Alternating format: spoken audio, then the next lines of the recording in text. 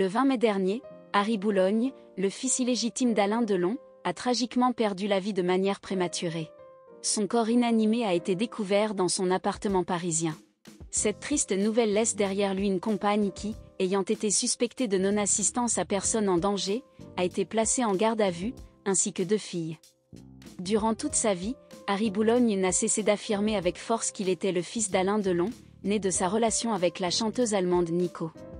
Cette dernière connaissait un grand succès à l'époque de la naissance de son fils.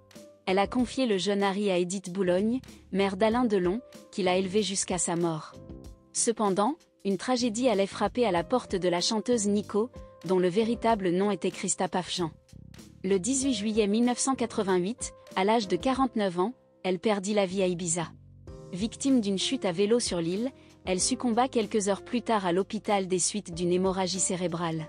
Cette artiste de renommée, connue pour sa contribution en tant que chanteuse sur le premier album du groupe Velvet Underground, a connu le succès. Malheureusement, la mère d'Harry Boulogne s'est progressivement enfoncée dans le monde de la drogue. Malgré cela, son fils a toujours souhaité présenter une image positive de sa mère. Dans le biopic Nico 1988, Harry Boulogne exprimait « Pour moi, elle était une mère très aimante. Elle m'a tout donné, y compris la drogue. J'ai vécu cela intensément avec elle, sans que cela ne pose problème. De mes 16 ans jusqu'à la fin, nous avons partagé la drogue, la même seringue.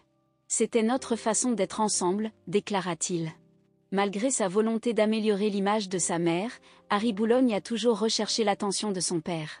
Cependant, Alain Delon n'a jamais reconnu son fils illégitime, qui est décédé sans avoir obtenu cette reconnaissance tant espérée.